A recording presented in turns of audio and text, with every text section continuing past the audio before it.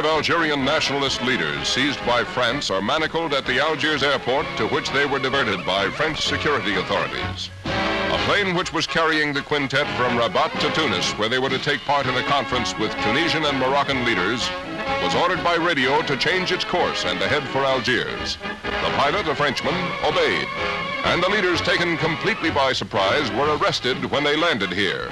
A trick that sets off a new wave of violence in North Africa.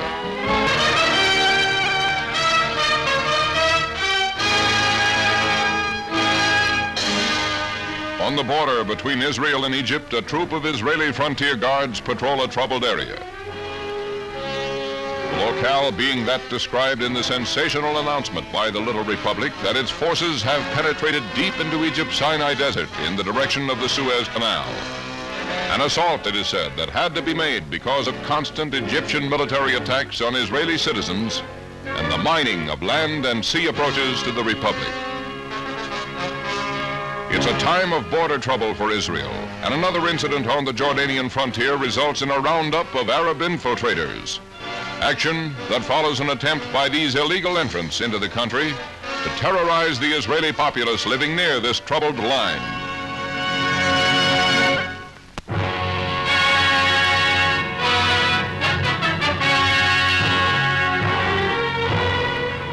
On a state visit to Tunisia, Sultan Mohammed V of Morocco is escorted by the Bey of Tunis as he makes a triumphal tour of the North African port city. The Moroccan ruler is in Tunis to discuss proposals for a North Africa union and to try and work out a plan with the French for an honorable peace for Algeria, a stand that rates him an enthusiastic reception. Next day, Tunis, with all the Arabian world, is in ferment, a situation caused by the news of the arrest of 5 Algerian nationalists who were flying here for talks with the Sultan and the Bey. It's a tense situation which brings soldiers to the streets to keep the peace, but indignant mobs are everywhere. The action of the French in diverting the plane on which the Arab leaders were flying is regarded as piracy, and protest meetings must be broken up to prevent rioting, causing Tunisian Premier Habib Bourguiba to call a conference to calm the populace by announcing France will release the seized men.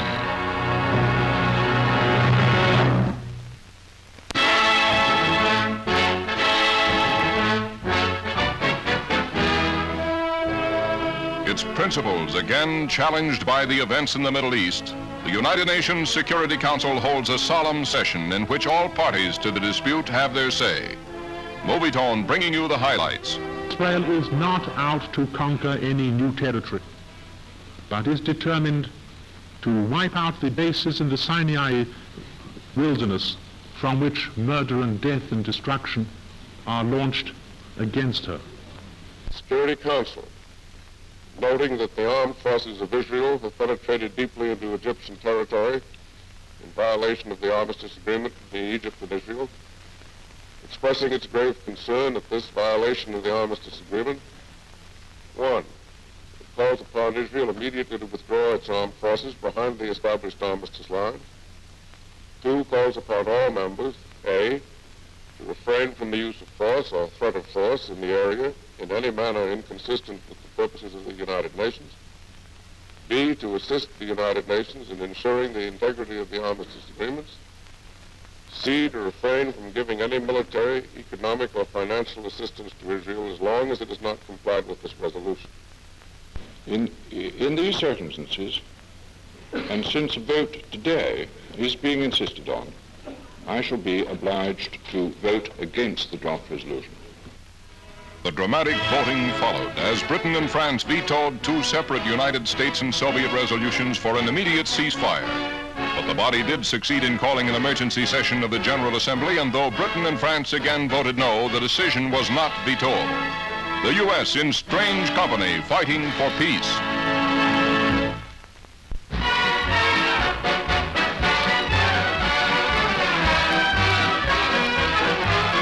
Now joined by British and French forces, the Israeli army that thrust into Egypt to precipitate a new Middle East crisis makes a brave show at a final inspection by General Moshe Dayan, field commander. A modern striking force, it swept to success in the Sinai Desert, cutting off the Gaza Strip to effect an amphibious landing near the Suez Canal after routing 20,000 Egyptian troops.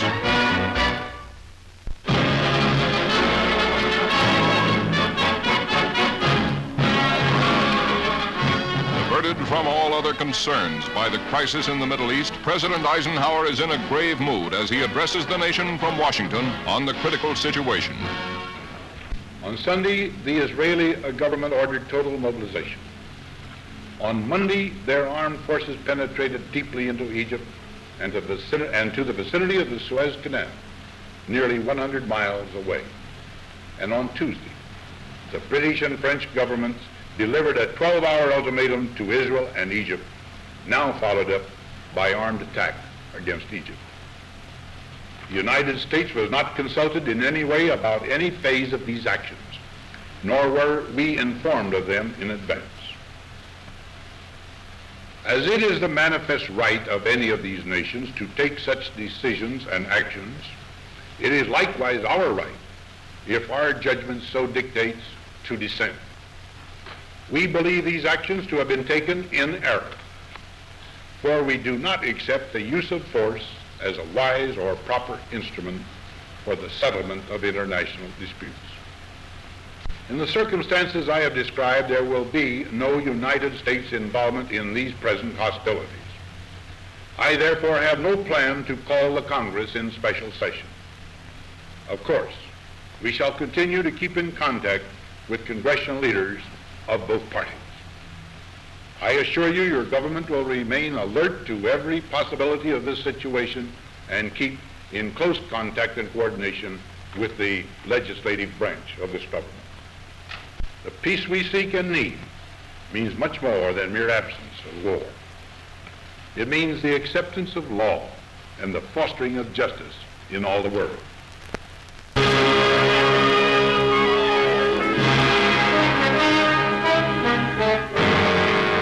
Captured Egyptian standard is displayed for the Movietone News cameraman with Israel's punitive expedition into the Sinai Peninsula, where knocked out Egyptian tanks and silenced enemy batteries mark the advance of the Israeli fighters. Though captured Egyptian wounded are treated with every consideration.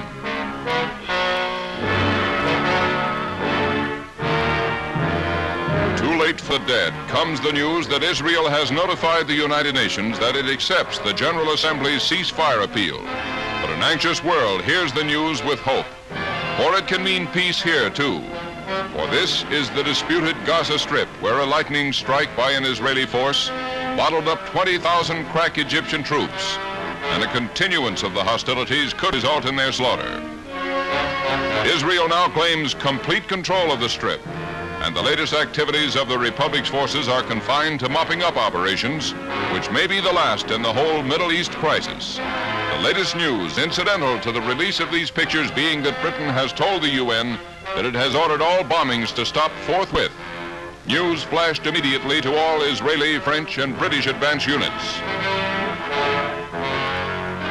With an interest based on the deep patriotism of the Israeli for their reborn homeland, the population of the Republic followed the news from the Sinai Peninsula and the Gaza Strip with anxious concern. While in Tel Aviv and other Israeli cities, armed civilian patrols are ready for any emergency. And everywhere throughout the country, girls too young for more active duties work day and night assembling first aid kits for the front. In tow to Haifa, the Egyptian destroyer Ibrahim Awal is an early prize in this latest outbreak of hostilities between Israel and Egypt. Crippled by rocket-firing jet bombers, the destroyer was captured after a 3-hour battle, the first surface ship in history to surrender to aircraft. In London's famed Trafalgar Square, a reverberation of the crisis in the Middle East sees a crowd of countless thousands protesting Sir Anthony Eden's intervention policy in Egypt. Organized by the National Council of Labor, the mass meeting is addressed by labor radical Anarin Bhavan, a polemic oration that goads the crowd into demanding the resignation of the Prime Minister.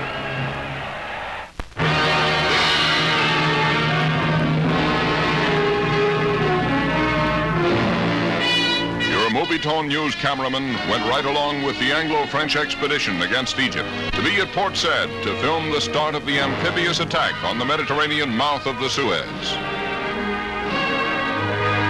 An advance that was followed after bitter fighting in the taking of Said and Port Fouad. Claimed to have as its objective the restoration of order in the Middle East, the action also engages paratroopers, with France contributing one of its crack regiments of camouflaged sky fighters, ready for the invasion at 0 hour, which a British transport spearheads carrying a company of airborne islanders. The first objective is an Egyptian army airfield outside Port Said, and there's no hesitation by the Tommies, though they jump into a cackling inferno of ack-ack. Paratroopers soon controlled the canal zone shown below, after which the UN ceasefire plan was accepted by the invaders, but not before the waterway was closed by Egyptian sinkings of blockade ships.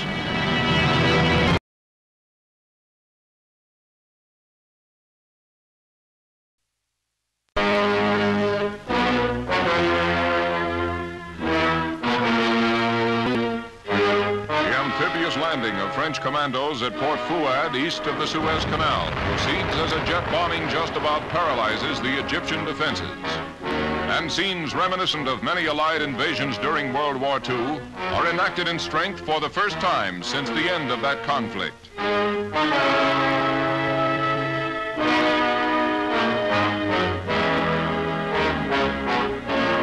Hardly any Egyptian resistance is met, and the French are soon in the city, rounding up the remnants of Colonel Nasser's army that failed to...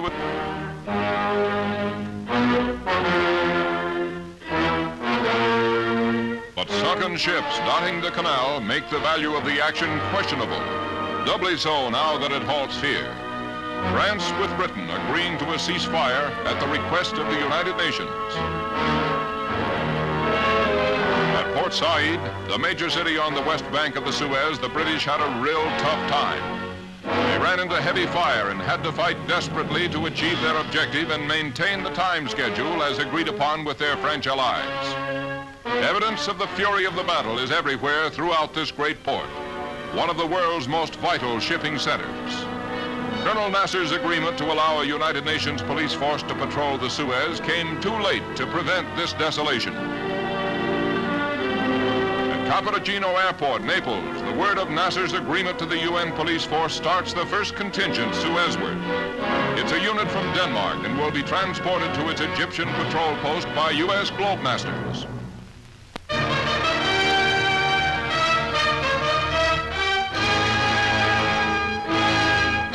Arriving from the west to avoid frontal attacks on densely populated areas, Israeli forces from the Sinai Desert occupy the troubled Gaza Strip, taking early precautions that keep to a minimum incidents that could provoke bloodshed.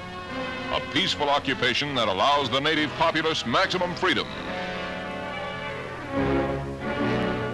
Later, after a flight on a reconnaissance plane over the Sinai Peninsula, Movietone News visits with the Israeli troops, which defeated the Egyptians in this desert no man's land.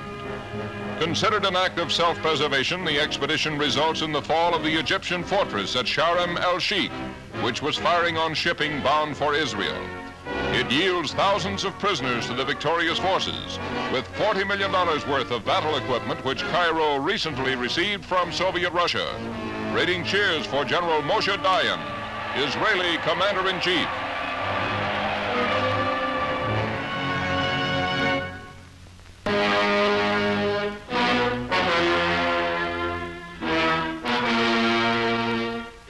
Sitting in Jerusalem, the Israeli parliament upholds Premier Ben-Gurion's decision to withdraw from the Sinai Peninsula. His country's objectives attained, the premier by his action obeys the UN and proves Israel is not seeking to expand territorially. But $40 million worth of captured equipment, most of it recently supplied by Russia, proves to Israel's satisfaction that Colonel Nasser, spurred by the Kremlin, was considering aggressive action from the Sinai Peninsula. What other reason, the Israeli ask, could Cairo have for maintaining this vast war potential in a desert, except to provide its suicidal Fatayeens with the wherewithal for their raids? A vast prize to a lightning strike that upsets the communist timetable. As shortages follow the disruption caused by the Anglo-French action around the Suez Canal, the city of Port Said has to resort to bread rationing. The British, after taking the city following a 2-day struggle, are pulling out. But food shipments to the port have dwindled, which makes getting home with your bread allotment precarious. As bands of hungry youngsters roam the streets and set upon lone wayfarers who happen to be carrying provisions. Port Said's police fled with the Egyptian army. The area is at the mercy of these young ones with appetites.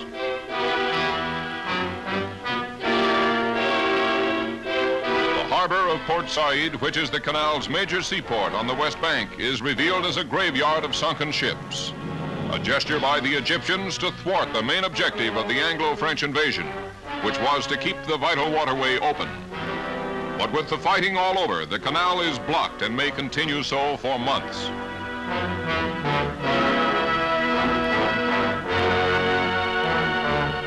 Meanwhile, in another part of Port Said, the British troops who took the city only a few days ago are being withdrawn, an action complying with the United Nations Assembly's decision. The Tommies are being returned to Cyprus, from where the assault on the Suez was launched.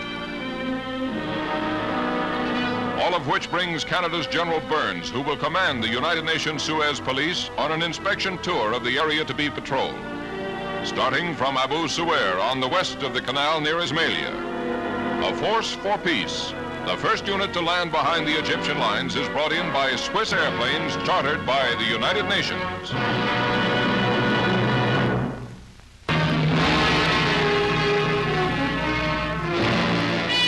Outside Port Said, members of the United Nations Ceasefire Observation Party prepare for a tour between the front lines of the opposing forces at the Suez Canal. 9 white-painted Jeep station wagons carry the observers, who make their inspection over the narrow canal causeway. Where separated only by 250 yards, the Anglo-French and Egyptian armies face each other. Meanwhile, the canal's big West Bank city, Port Said, which was captured by the British, takes advantage of the ceasefire to go about business as usual, its citizens fraternizing with the invaders, who were careful to avoid trouble. In the sidewalk cafes, the men enjoy the normal nip, and on the streets, gossiping women the everyday quip, and a roving still photographer, a snap. A triumph for the United Nations that sees peace instead of panic. Meanwhile, troubled by the general Middle East situation, the leaders of 9 Arab states assemble at Beirut, Lebanon, to discuss problems they share in common. Described as the most significant party ever held by the Arab League, 3 kings and 2 presidents are in attendance, though President Nasser of Egypt is conspicuously absent to be represented by his ambassador here. The talks, it is said, will be aimed at keeping the Soviets out of the Middle East while defending Arab rights in the West.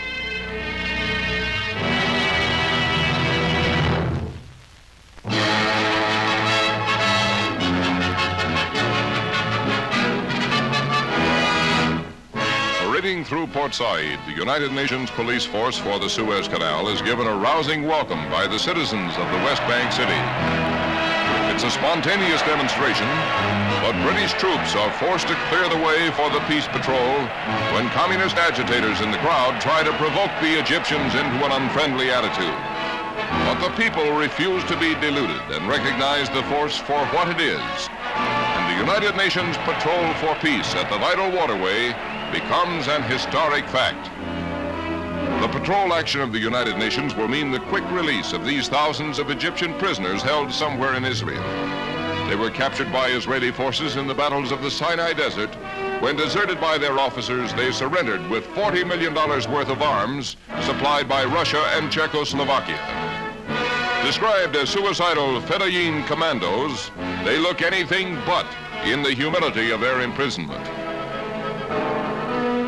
Meanwhile, throughout Western Europe, as here in Paris, the shortage of gas caused by the sabotaging of the Suez recalls the fuel famines of World War II, a situation that will continue until the United Nations patrol makes possible the removal of the sunken ships that now block the international waterway. Today, the shortage in France is so acute, the government issued orders that the petrol on hand be reserved for doctors and nurses, etc., etc.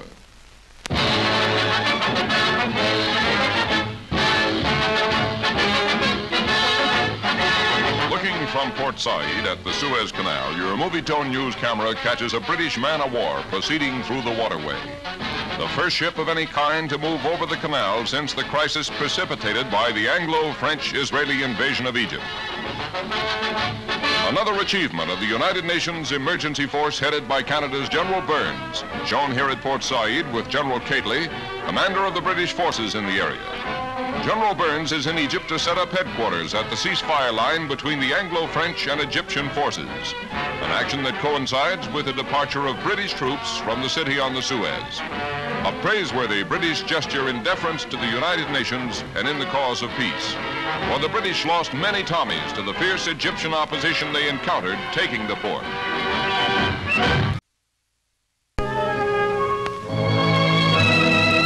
Putting into Toulon, the French hospital ship La Marseillaise returns to France 140 soldiers wounded during the recent Anglo-French action in the vicinity of the Suez Canal. Casualties of a surprise invasion that was made without the knowledge of the United States. 240 civilians were also evacuated by the hospital ship, foreigners banished by the Egyptians in reprisal for the Anglo-French attack. They will be sent to their respective consulates as soon as possible.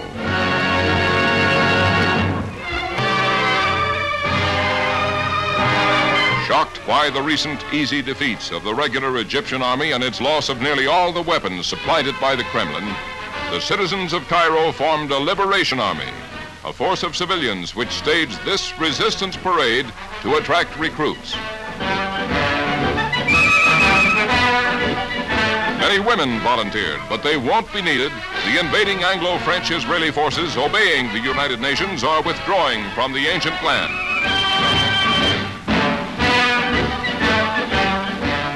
Egypt wasn't off the critical list a day when Syria, another of the world's most ancient lands, became a trouble spot, with a case of jitters that set it training a great number of so-called volunteers to handle the arms it too was supplied by the Kremlin. Without rhyme or reason, Damascus, encouraged by Soviet propaganda, says it is going to be attacked by the West, and it doesn't want to suffer the fate of Egypt and lose all its new arms to ignorance in handling them.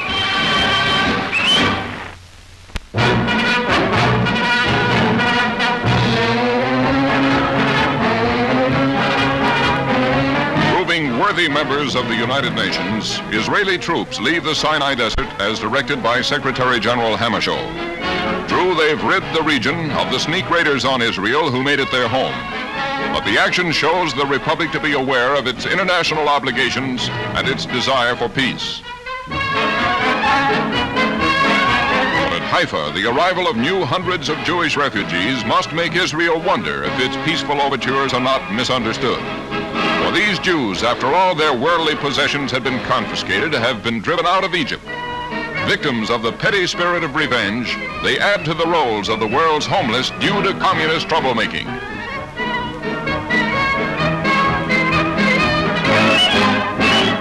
In comparative peace after many troubled months, Nicosia on the island of Cyprus feels the gasoline shortage caused by the Suez Canal crisis.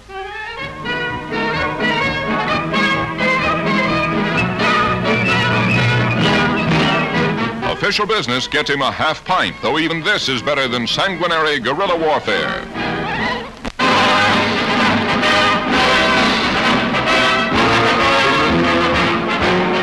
The first NATO Council meeting since the breach between the Allies over the Suez brings Secretary of State Dulles to Paris to try to end the discord caused by the Anglo-French action in Egypt.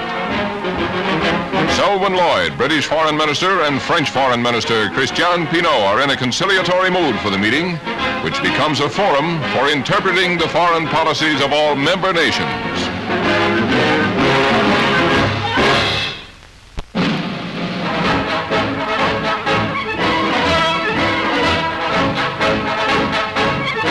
Descending from the plane that flew him home to England across the Atlantic, Prime Minister Sir Anthony Eden looks tanned and fit as he returns to London from his 3 weeks holiday in Jamaica. He's confident, too, that time will justify his policy on the Suez Canal.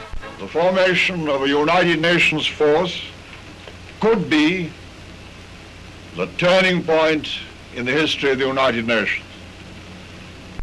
I am convinced, more convinced than I've been about anything in all my public life, that we were right, my colleagues and I, in the judgment and the decision we took, and that history will prove it so.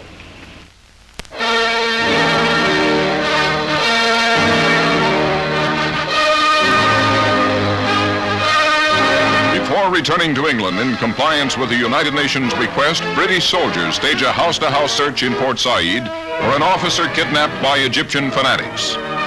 Every building of the Suez Canal city is systematically explored for the missing man, a 20-year-old officer of the West Yorkshire Regiment. A car used by the abductors was found covered with bloodstains as the British round up and question all Egyptian males over 15, some of whom were held.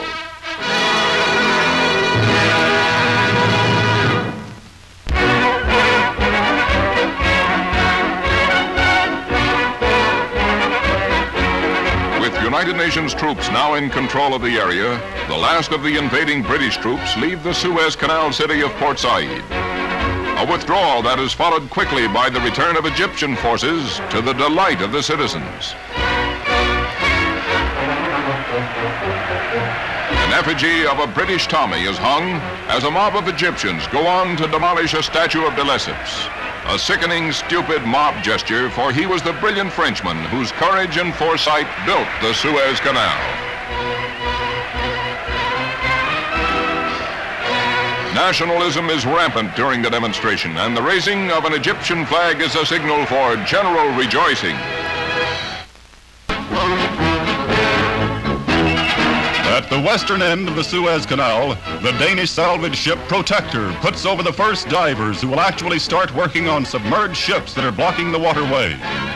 Under the direction of United Nations experts, the Danes, with divers from several other nations, will begin by clearing away major obstructions first. Later, they'll go to work on removing smaller hulks and wreckage from the canal's edges. A signal for hope that it will not be long before a passage is cleared for at least small boats.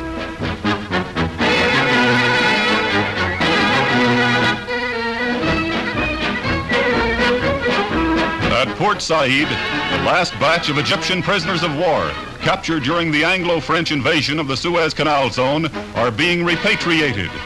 These particular men were fortunate in falling into the hands of the considerate British Tommies. And now, all cleaned up and well-fed, they go back to Cairo, none the worse physically for their experience. Of course, they're a little chagrined at the ease with which they were captured.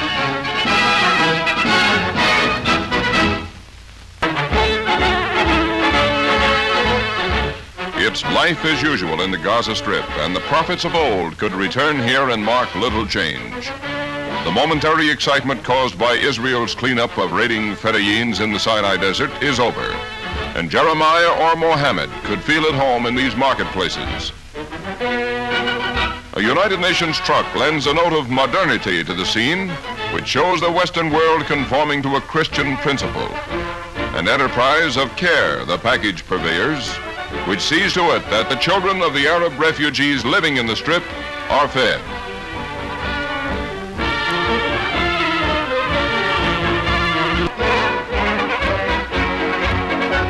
Striking his colors not in defeat, but to attest national responsibility, Israel's General Moshe Dayan withdraws his army from the Sinai Peninsula. An action at El Arish made in deference to United Nations directives. But it is over at Rafah in Israel that the little Mideast republic proves itself not only responsible, but generous. As under United Nations supervision, it returns 5,000 Egyptian prisoners of war for 4 Israeli soldiers who were captured during the Sinai invasion. The exchange was organized by the Red Cross, and it's carried out by Yugoslavian United Nations police forces using Yugoslav mobile units. A joint Red Cross United Nations triumph.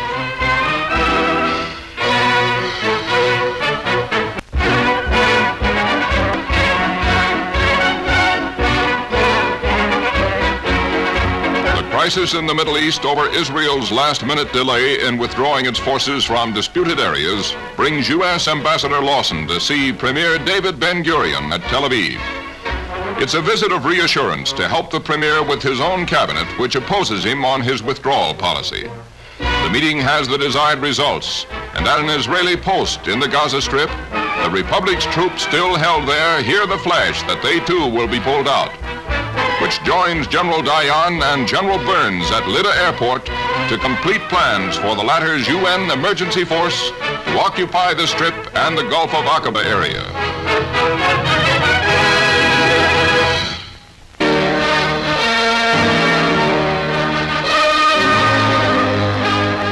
Protesting giving up the Gaza Strip and the Aqaba area, the populace of Jerusalem gives the police a hard time. But Premier Ben-Gurion's policy to heed the United Nations appeal to Israel prevails. A decision causing the evacuation of Sharm el-Sheikh, commanding the entrance to the Gulf of Aqaba, with the Republic's troops being returned to Eilat at the head of the Gulf.